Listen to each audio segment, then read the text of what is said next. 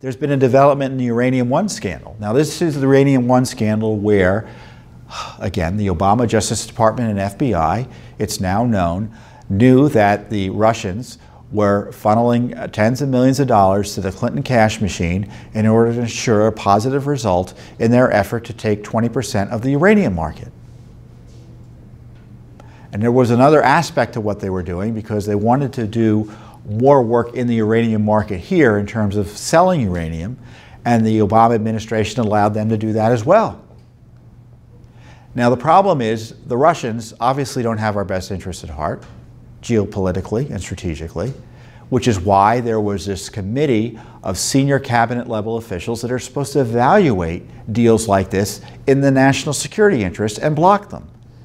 And the State Department didn't block it under Hillary Clinton, unsurprisingly, since her foundation received over $145 million, some of which was disguised and laundered, and she herself, through her husband, received $500,000 directly that Judicial Watch uncovered, no one else, Judicial Watch uncovered, from one of the Russian front companies involved in the Uranium One deal. And it turns out the Justice Department and the Obama Justice Department and the Obama FBI knew all about this, but did nothing to inform Congress or any of the other agencies involved in the decision-making process here.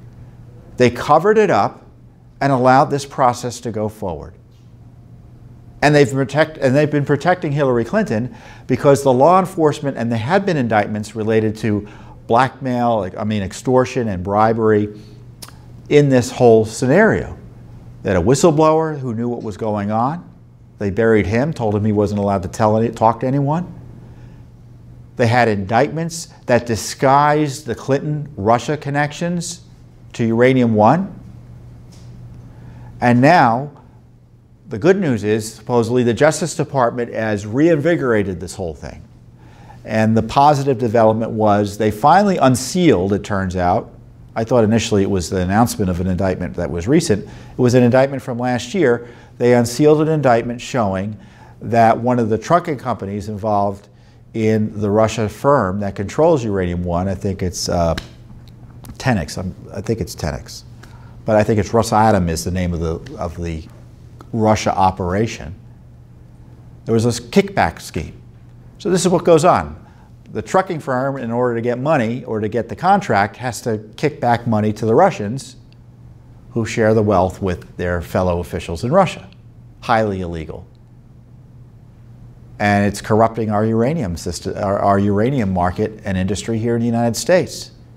This is why you do a national security review of allowing the Russians to do business here. Because of the endemic corruption in Russia with the kleptocrats there. But the Russians knew they had a fellow traveler in the Clinton gang. That's why they gave $145 million to them, guaranteed nothing would get in the way. And Eric Holder and his Justice Department helped protect that from public disclosure. Robert Mueller and his FBI helped protect that from public disclosure. And yes, it looks like Rod Rosenstein, the #2 official in the Trump Justice Department, may have also conveniently helped protect that from public disclosure in a way that would have been inconvenient to the Clinton gang in terms of her candidacy and in terms of her freedom, and inconvenient to the Obama administration, who wanted to give away the store to Russia and not let any corruption issues get in the way. So that's the development there. Let's hope more comes. In the meantime, Judicial Watch is pressing on Uranium One. We're suing in court about it. We've got multiple FOIA requests about it. But let's not, again, when are these folks going to be arrested?